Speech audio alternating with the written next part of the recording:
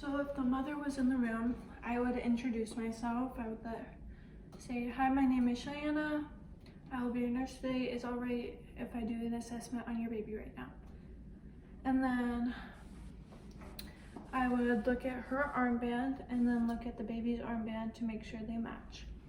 And then I would wash my hands and then put gloves on.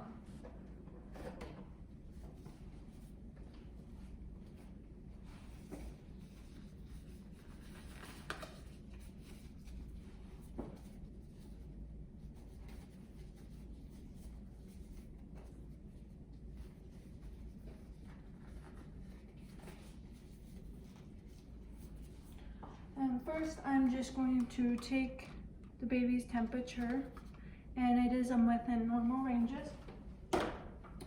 And then I'm just going to listen to the heart next.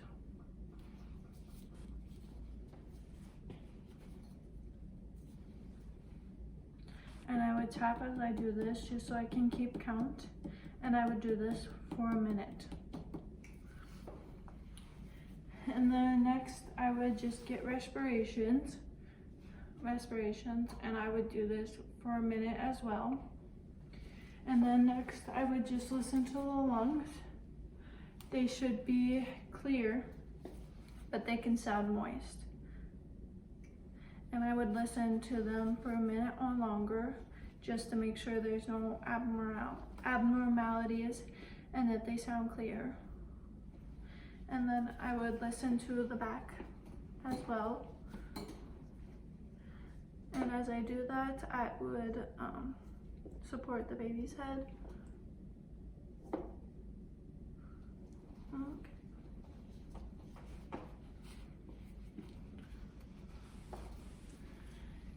Then I would do a blood pressure, but I don't need to do that for this video.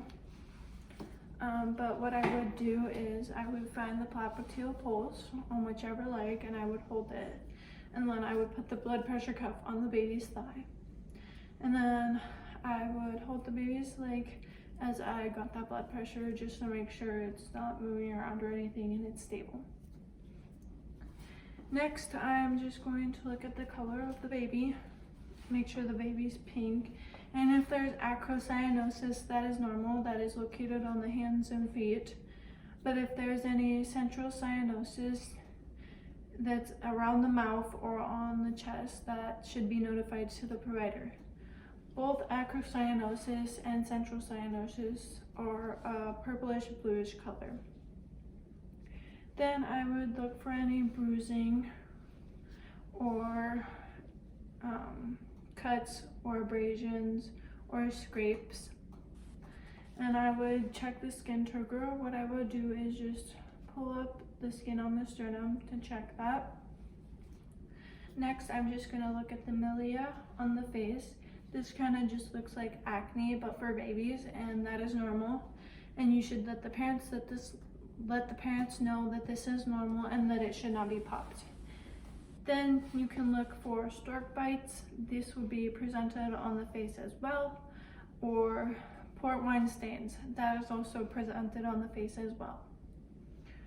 You can also look for Mongolian spots. This is located on the baby's bottom, but it's more common in Native American people or African Americans. And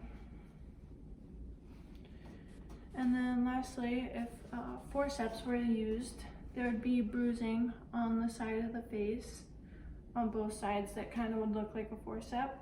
Or if a vacuum was used, there would be a circular kind of medium-sized spot on the head that has edema, and it could also have lacerations as well. Now I'm just gonna look for those suture lines to see where they're located at and to see if they are overlapping or separated. I would also look for the fontanelles. There's one on top that's like I would say it's a diamond shape more, but it can also be triangular shaped. you'd feel for that, and you would also feel for the one on the back of the head. This one is smaller, and it's harder to find. I would also look for a caput. This is kind of like an edema on the back of the head, but it will cross that suture line. Syphilic hematoma is the same, but it won't cross that suture line.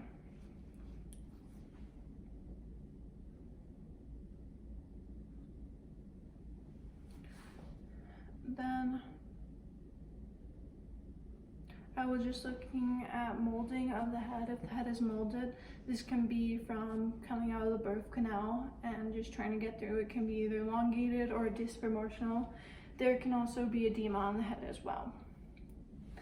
Now I'm just going to look at the spine to make sure that it is straight and that there's no openings. I can also look for dimpling or a scruffet of hair.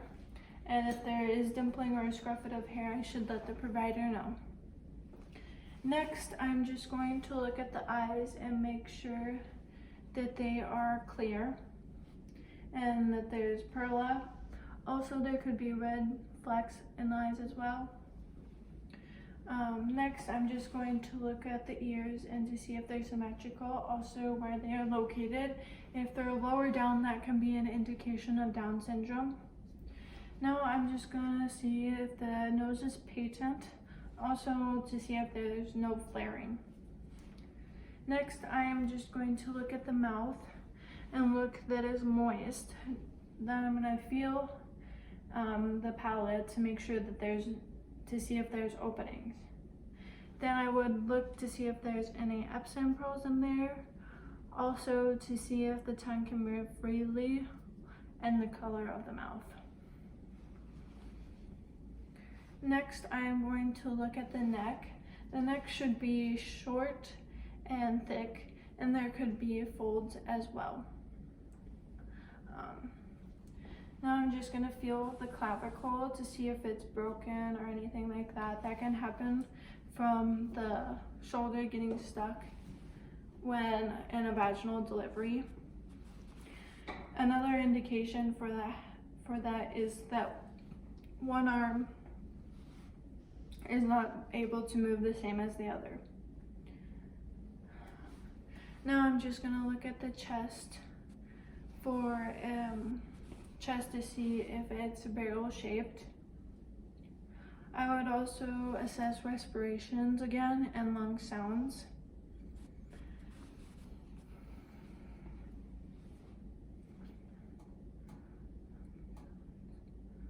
And then I would know if there was any retraction. This can be deep or on one side.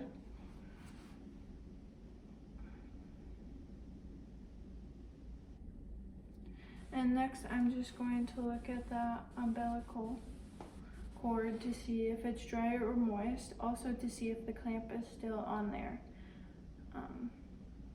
and to see if there's any odor or drainage. And then I'm just going to look at the genitalia, and since this is a girl, I would look for any edema. There could also be discharge. This can either be clear or have red tinge in it. You should educate the parents on this and let them know that it's normal because of the hormones from the mother. Next, I'm just going to check range of motion to see if the baby can move its arms.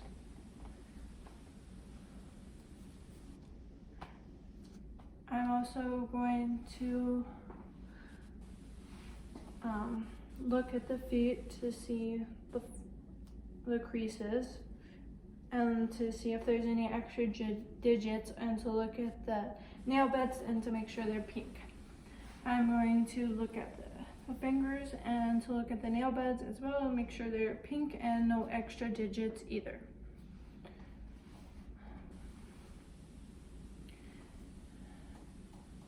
And then I would also make sure that the baby's neck is able to move freely as well.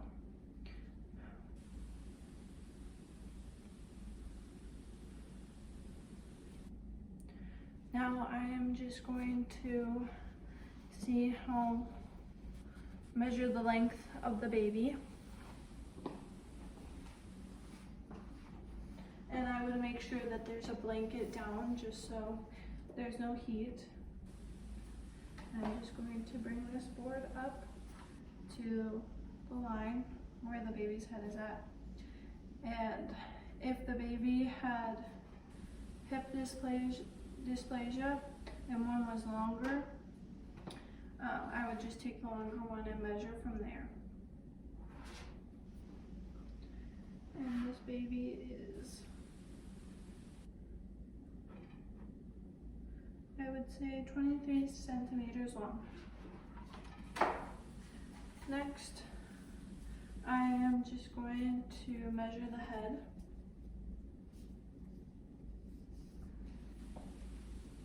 And when you measure the head, you want to measure the largest point, along with having the tape measure over right just above the ears, and you want the tape measure to come to where the eyebrows are met,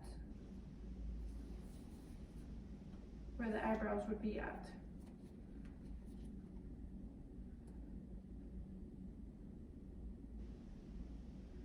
And I would say that this one is 42.5 centimeters. And then next, I would just measure the chest, and you would want to do this over the nipples.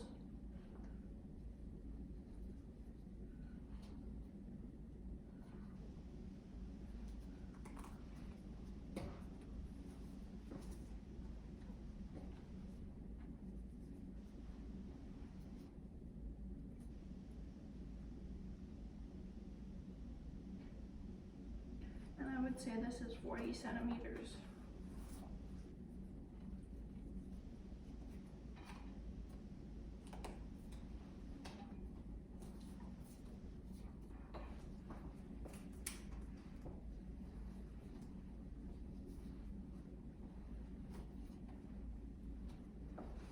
And also, when I was looking at the chest, I would also make sure the nipples are formed and that they're symmetrical.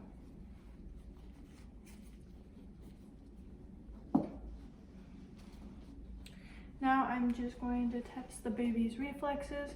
For this, I only need to test two. I'm just going to test Moro reflex, which is where I would startle the baby by tapping it or pushing it, and this would just startle the baby. And then the next one is Palmer's grasp, where I place my finger on the palm of the baby and it would just try and grasp my finger. Now that I'm done with my assessment, I will take my gloves off and wash my hands. And then I would go document this, but we're just gonna get right into a bath for the baby.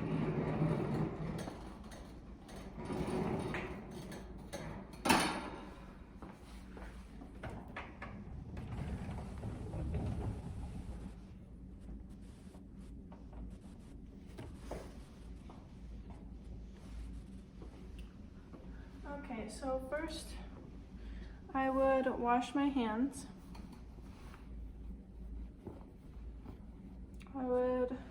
I'm going to take this out and put a towel underneath the baby to keep it from getting wet. And this will also help the baby stay warm.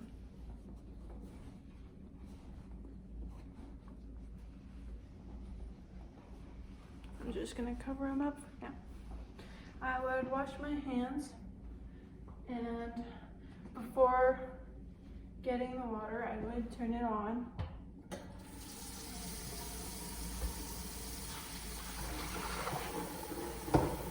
And how I would check the water temperature would be with my wrist, because that's the most sensitive part.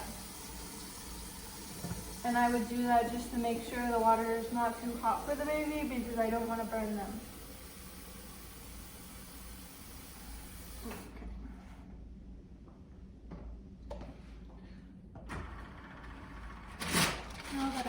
some water. Just gonna put on my gloves.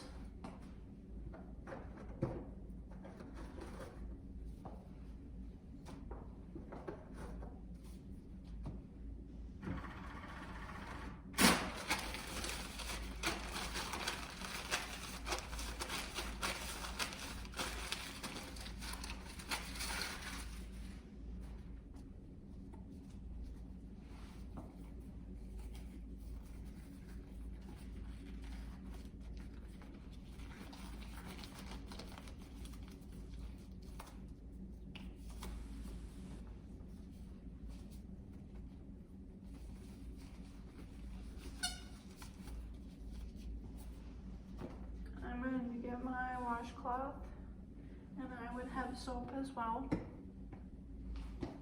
And I'm just going to grab some extra ones just in case, and also one to dry off.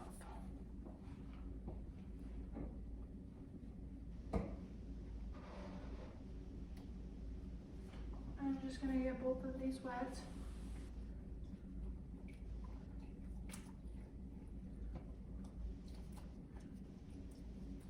And I'm going to uncover, before I uncover the baby and start the bath, I'm just going to check the temperature to make sure it's at normal level, and it is.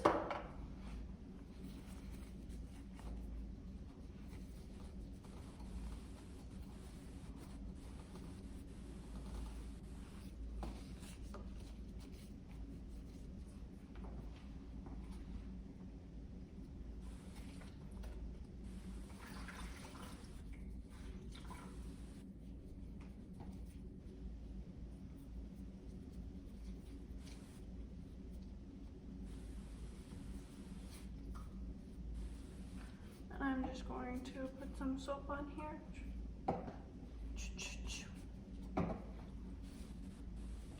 And I'm just going to leave the head for last because I want to clean the dirtiest parts first. So, get under the armpits. Get the chest. But I want to make sure I'm staying away from the umbilical cord because I don't want to get that wet.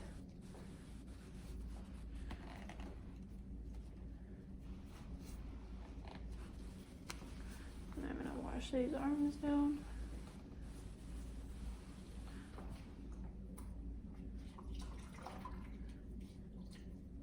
And then this next one is just to rinse that soap off.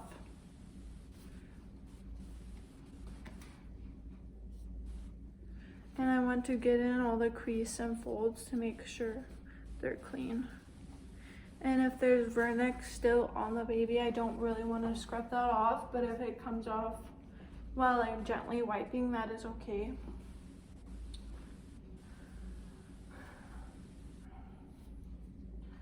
I'm just going to dry the baby's chest.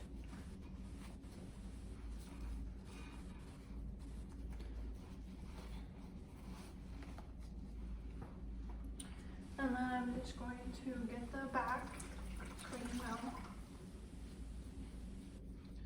Put more soap on here.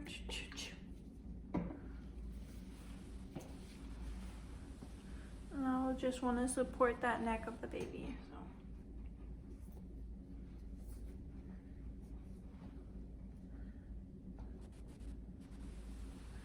I'm going to grab something to rinse that soap off.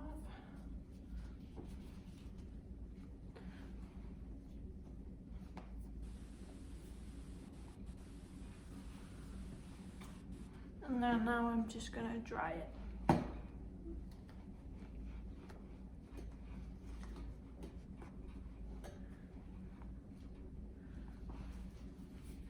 And I will just dry where my hand was at because my hand was wet. Now I'm just going to wash the legs.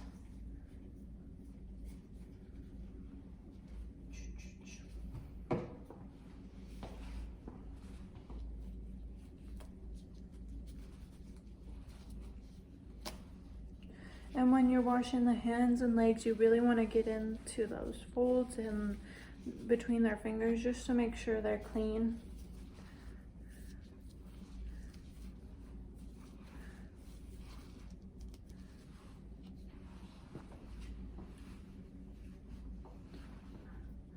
And now I'm just going to rinse.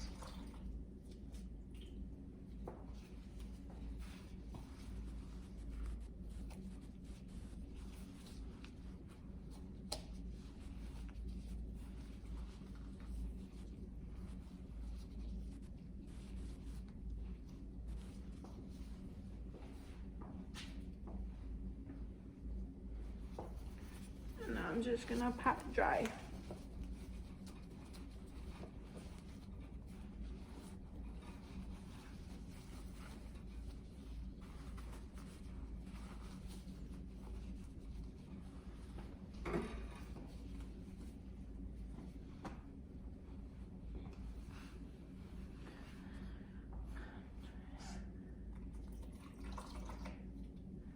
Now I'm going to clean the genitalia.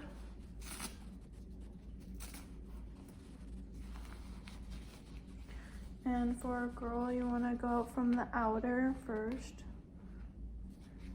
and then get a new spot and then swipe in the middle at least twice, at the most twice, and it doesn't need to be rough or anything. And I'm just gonna lightly pat dry so there's no extra moisture down there. And then if the diaper looks dirty or anything, I would change it, but for this case, I'm not going to.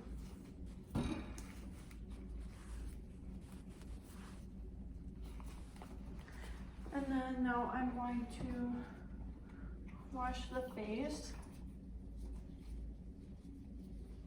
And you don't want soap on that. And you want to go from, when you're dealing with the eyes, you want to go from inner cannula to outer.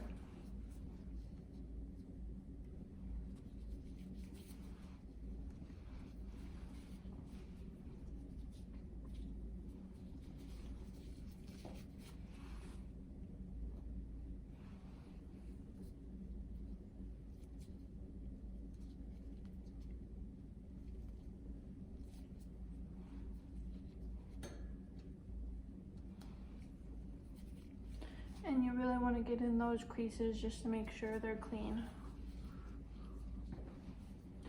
And then next I'm just going to dry the face.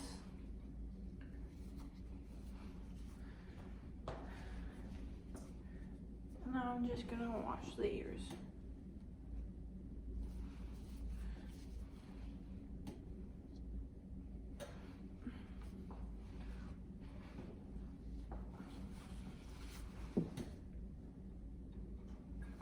And when you wash the ears, you just want to get behind them and around them. You don't necessarily need to get inside. And then next, I'm just going to wash the hair.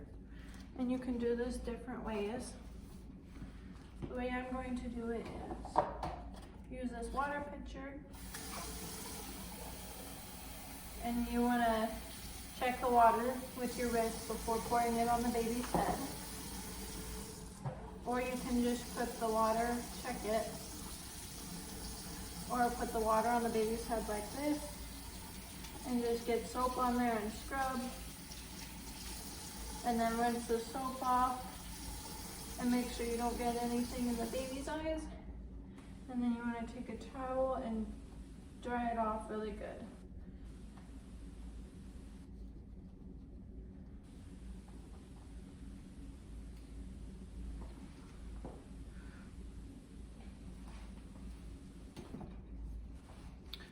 And then I'm gonna put the hat on him immediately so he doesn't lose any more heat than he already might have had. This is just to keep him warm. And when drying the baby off, you want to make sure you get all the water, because that's another way he can lose heat. The baby can lose heat as well.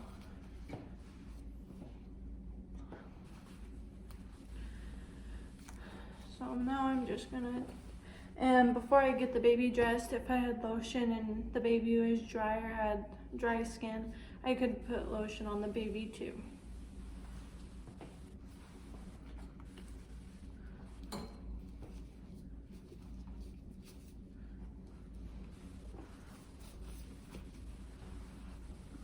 And since I put a towel down, the sheets are not wet, but I am going to change the linens anyway.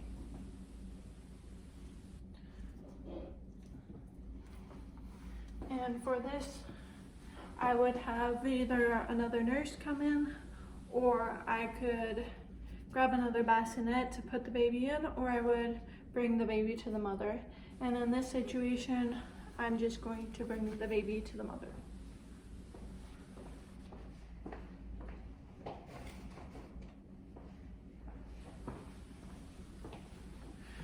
I'm just gonna take this out. And I would wipe it down with cleaning solution just to make sure it's clean. And then change the bedding.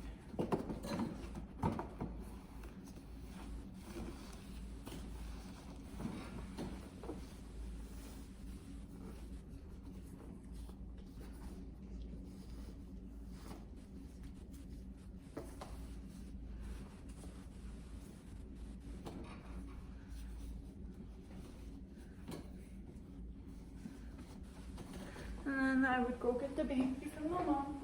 Oh, first, I would place the blanket down because I'm gonna swaddle them before leaving. But I'm gonna put the blanket down and fold it just so I don't have to worry about that.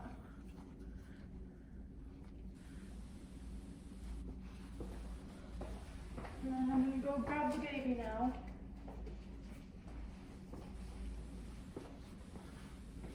Place the baby back in here.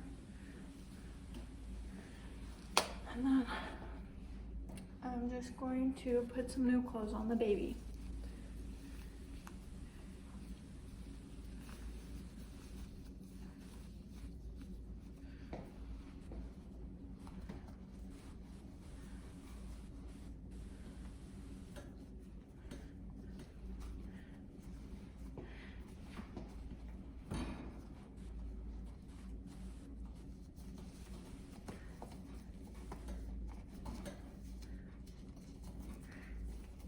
And you would probably not be this rough with a real baby, but getting a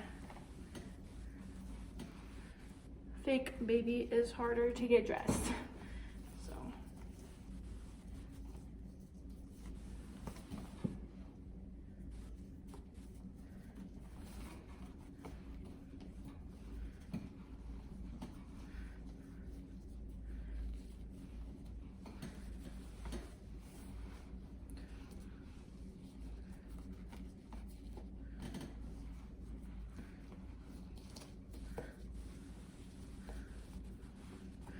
Okay, and now that the baby is dressed, I'm just going to swaddle her.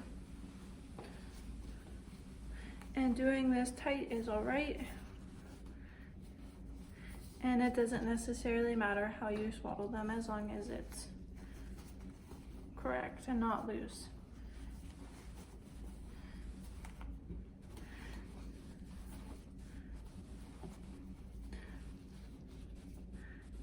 And there you go. And for this last part, I probably should have changed out my glove just in case they got dirty or anything. But